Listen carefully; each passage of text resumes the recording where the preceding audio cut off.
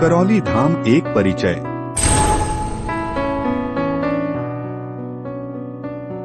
परम पूज्य गुरुदेव पंडित श्री राधा रमन जी मिश्र एवं गुरु मातामा कामरू कामाख्या के निर्देश पर डॉक्टर संतोष भदौरिया, जिन्हें हम गुरु जी के रूप में जानते हैं, के द्वारा ग्राम करौली कानपुर में लव कुश आश्रम की स्थापना सन 2001 में हुई। देवों के देव महादेव भगवान भोलेनाथ एवं मां कामाख्या, जो मां महाकाली एवं मां तारा की एकरूपता व संयुक्त शक्ति के संयुक्त रूप को करौली धाम के रूप में प्रस्थापित किया गया है। इनके इस संयुक्त रूप को ही करौली धाम कहा जाता है। यहाँ भगवान शिव और मां कामाख्या एक साथ निरंतर विद्यमान है।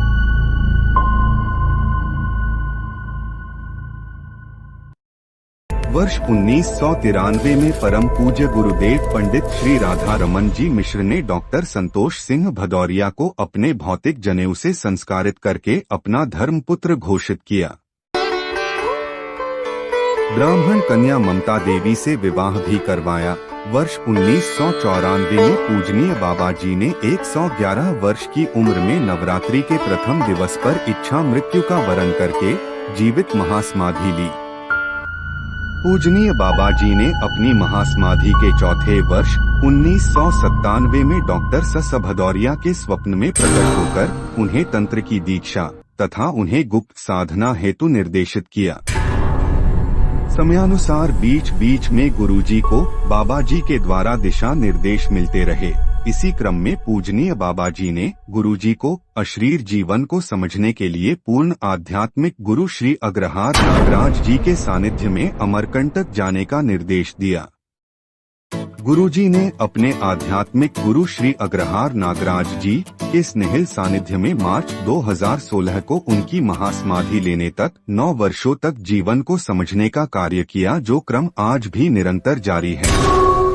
श्रद्धेय गुरुजी का कहना है कि यदि पूजनीय बाबा जी द्वारा पूर्ण आध्यात्मिक गुरु श्री अग्रहार नागराज जी के पास जीवन को समझने के लिए न भेजा गया होता, तो मानव जाति के कल्याण के लिए जो कार्यक्रम ईश्वरीय शक्तियों के निर्देश पर उनके द्वारा करौली धाम में चलाया जा रहा है, वे उसे चला तो सकते थे, लेकिन वह किस प्राकृतिक विधि से चल रहा है उसे कभी समझ नहीं सकते थे।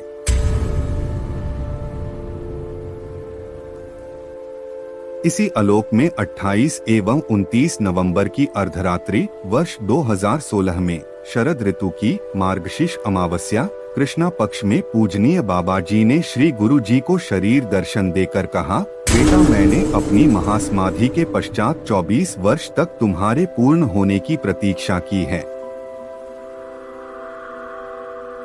आज वह शुभ घड़ी आ गई है जब भगवान शिव और मां कामाख्या इस करौली धाम में सदा सदा के लिए संयुक्त रूप में विद्यमान रहेंगे, जहां से इनका यह संयुक्त स्वरूप पूरे विश्व में करौली धाम के नाम से जाना जाएगा।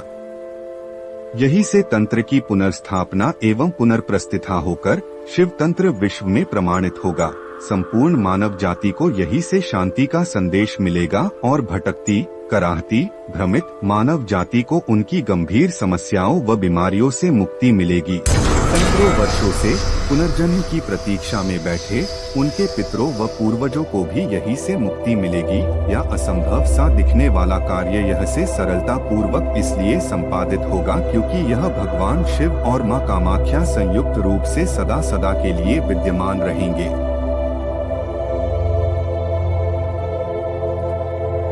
पूजनीय बाबा जी ने यह भी कहा कि मैं भी इसी स्थान पर भगवान शिव की साधना में लीन रहूंगा और हर क्षण तुम्हारे साथ रहूंगा। इसी बीच गुरु माता जी भी सशरीर प्रकट हुई और उन्होंने भी आशीर्वाद दिया तथा यह श्री 10 महाविद्या देवियों के साथ सदा विद्यमान रहते हुए तपस्या में लीन रहने तथा हर क्षण साथ रहने का वचन दिया। इसी परिप्रेक्ष्य में मानव जाति के हित में तमाम देव एवं दिव्या शक्तियां भगवान भोलेनाथ एवं मां कामाख्या के संयुक्त संरक्षण में तथा परम पूजनीय गुरुदेव पंडित श्री राधा रमन जी मिश्र एवं गुरु माता जी के निर्देशन में सतत क्रियाशील है। आज तंत्र के पतन एवं वैदिक परंपराएं क्षीण होने के कारण मानव जाति को विषम परिस्थितियों से गुजरना पड़ रहा है। किंतु करौली धाम की स्थापना के उपरांत मानव जाति के कल्याण के लिए करौली धाम में नित्य प्रति नई नई शक्तियों का उदय होता रहता है। नाथ करौली धाम धरती में एकमात्र ऐसा स्थान है जहां पर पूर्वजों को मुक्ति भी मिलती है और वे मुक्त होकर आपके ही घर, परिवार, खानदान में पुनर्जन्म लेते हैं। इसी क्रम में आपके डीएनए का ऊर्जा पथ हमेशा के लिए शिवलोक से जुड़ जाता है और दरबार के सात्विक नियम पालन करते रहने पर फिर दोबारा कभी भी कोई बढ़ाव पितृ दोष के कारण उत्पन्न रोग या बीमारी आपके परिवार के किसी भी सदस्य में प्रवेश नहीं कर पाती है। बोलिए सद्गुरुदेव भगवान की, गुरु माता की, भगवान भोलेनाथ की, माता कामाख्या की, सभी संतों की, गौ माता की, बोलिए सच्चे दरबार की। हर हर महादेव।